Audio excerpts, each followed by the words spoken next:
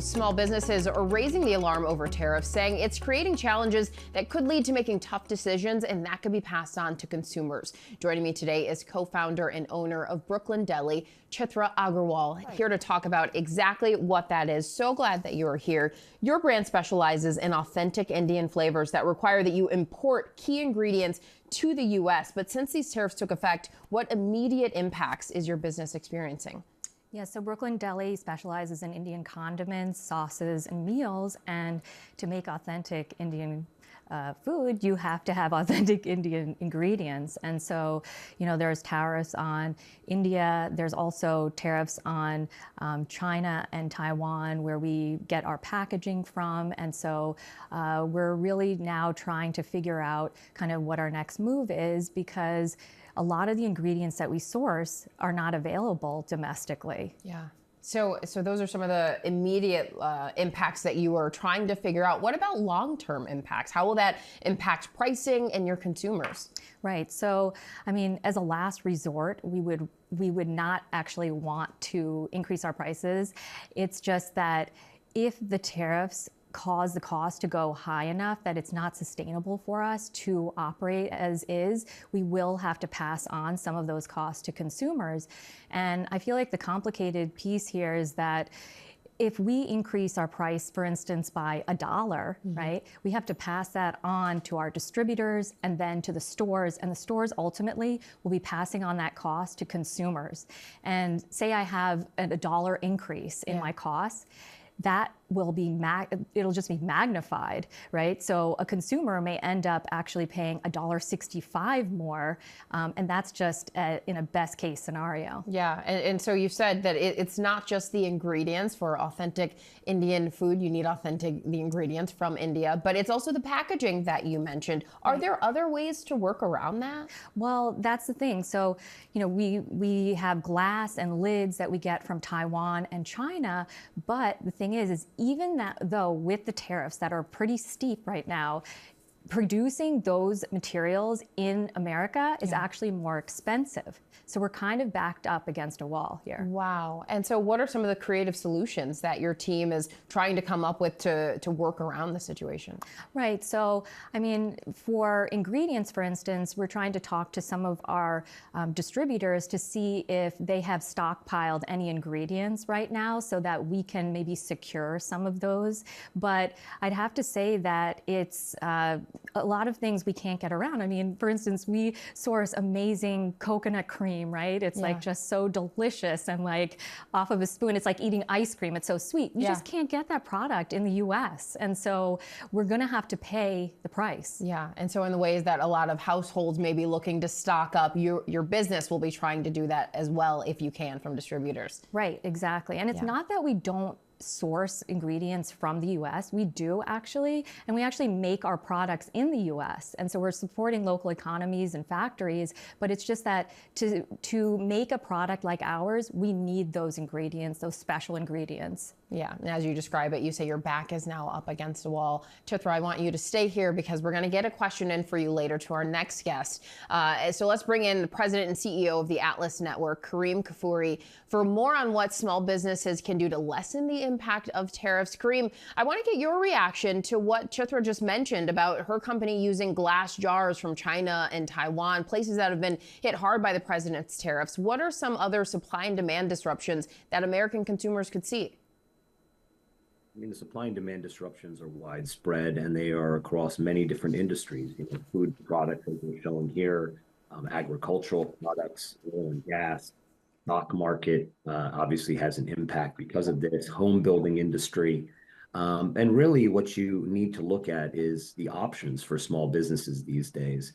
And it really starts with negotiation, communicating with your existing suppliers to see if there's a possibility that they would be willing to absorb some of the tariff, if they would be willing to basically pass off some of those costs or absorb some of those costs. You then obviously have the option in some luxury goods spaces where there may not be as much price sensitivity.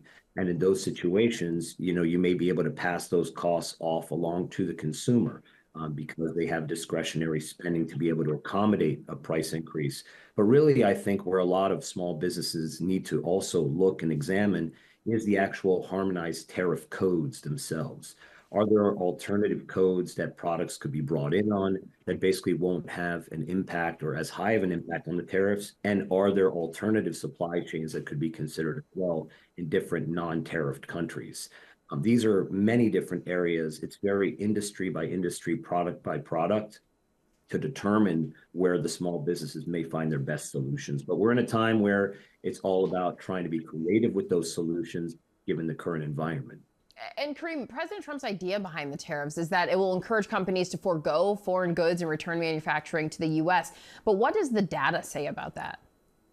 I mean, the reality of it is that if you look at most recently, it's been shown that about 0.4% of an increase of factory employment, but that's against almost a 2% or 5 times increase in payroll reductions or almost layoffs. And what I do see is that manufacturing, coming back to the United States, there just isn't enough runway for it. This is something that could take anywhere between 5 to 10 years. And how are these businesses supposed to operate? How is our economy supposed to thrive in this sort of in-between time? It takes time to build a factory. It takes time to basically employ and train resources. Can you actually get access to the materials? As your other guest was saying, some of these materials only are in place in certain parts of the world. And so if you don't really have the materials, the output level, the resources, the technology, you're going to have skyrocketing costs, which then flow into inflation, potential recession, and then some really economic turmoil that many people will have to deal with. The American consumers will have to deal with. And So, oh, I'm sorry. No, go ahead. you go ahead. No, so I was just going to say, so the idea in principle is obviously a great one to be able to have more control of supply chains, less reliant upon other nations. But at the same time, it just takes a significant amount of time. Will our economy be able to support that runway to do so?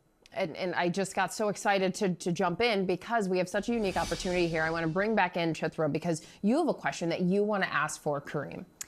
Right. So I have a lot of entrepreneur friends right now who are dealing with this tariff situation, and I feel like people are either panicked or they're just frozen. So what are 3 things that entrepreneurs can do right now in order to mitigate the situation? It's as I said before, it's really the 3 big things is 1, start with communication. If you have a good relationship with your supplier, long-term relationships, don't be afraid to get on the phone and talk with these folks and see how you can work it out. If you have enough volume or you have enough of a good business relationship, they may be willing to take on the full tariff differential or absorb part of it with you as a good business partner, because we don't believe that these are going to be for the long term. I do believe that there has to be negotiations that take place for the global economy to thrive forward. So communicate for the beginning there. Second step, as I said, can you as a business absorb to make a little less margin? If you can and still keep your market consistent, and that's obviously a concept or an idea that you could be considering. It's obviously less profit, but at the same time, too, it maintains your customer base.